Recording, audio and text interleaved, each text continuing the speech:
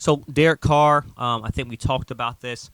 Derek Carr, got released this year, just released, and he has some potential landing spots. But let's kind of talk about the details. So on Tuesday, the veteran quarterback declined to waive his no trade clause, and just before the 40 million, just before more than 40 million of his contract would have become guaranteed. So what does that mean for him? It gives him a little more flexibility to restructure his contract as he goes to a different team.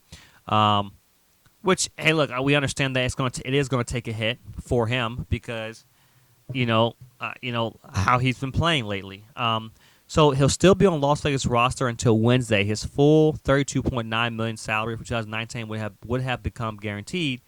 If he was still on the roster as of tomorrow, Wednesday, or today, Wednesday, whenever I put this out, 32.9 million of his salary for 2023 would have been guaranteed, as would 7.5 million of his 41.9 million salary for 2024.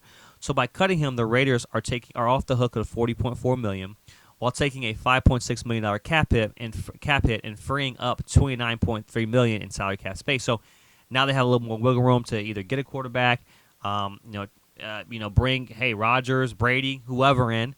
The question will be, will Derek Carr look for the same type of contract elsewhere?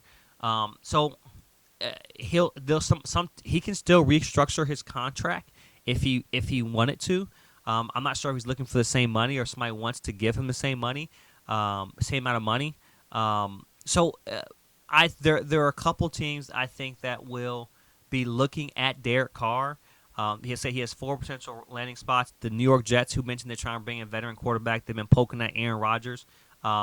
They've been poking at Aaron Rodgers. The New Orleans Saints, I think, will maybe also be a good landing spot. That team is ready to win. I think that could be a good landing spot. They already have Jameis Winston on the roster.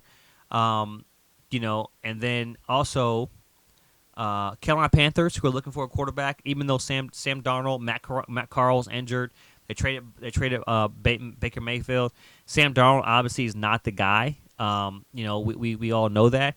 And of course the Titans, who paid Tannehill X amount of money and didn't get anything out of it. I think that combo with Derrick Henry and Derek Carr, could be dangerous. So there's a lot of things that kind of play into it. What teams have the cap space, and we'll kind of briefly go over all of them. What does it look like if he has the Jets, right? I think the Jets at one point in time were looking at Garoppolo. If they feel that so-and-so is a guy, I think that more of a veteran quarterback, that if they still believe in Zach Wilson playing under him and maturing, and then he phases out and Zach Wilson's there, that'd be great. But the Jets have the cap space to get him. The New Orleans Saints, they have some things they need to work out. They're currently 59 million over the 2023 salary cap, according to over the cap, with the whopping 11 players set to count more than 10 million against it. There are some obvious cut candidates, of course, Michael Thomas, who hasn't been on the field in 2 years, Jameis Wilson, who can't stay on the field, and Andarius Pete and others. But they got a lot of work to do if they want to bring him in. Now, for the Panthers, there's a little bit more wiggle room for him.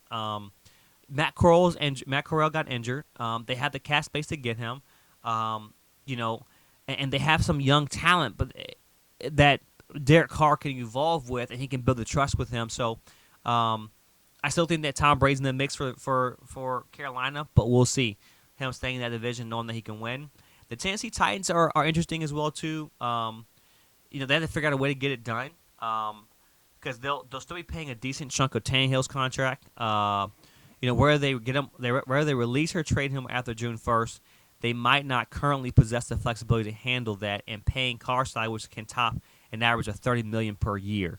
So there's some landing spots that Derek Carr has. A lot of things to work out. We'll see things more. I think that once again, Derek Carr probably will get in there in between that draft and when a rookie minicamp start.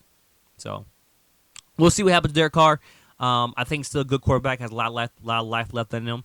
I think he can bring value to a team.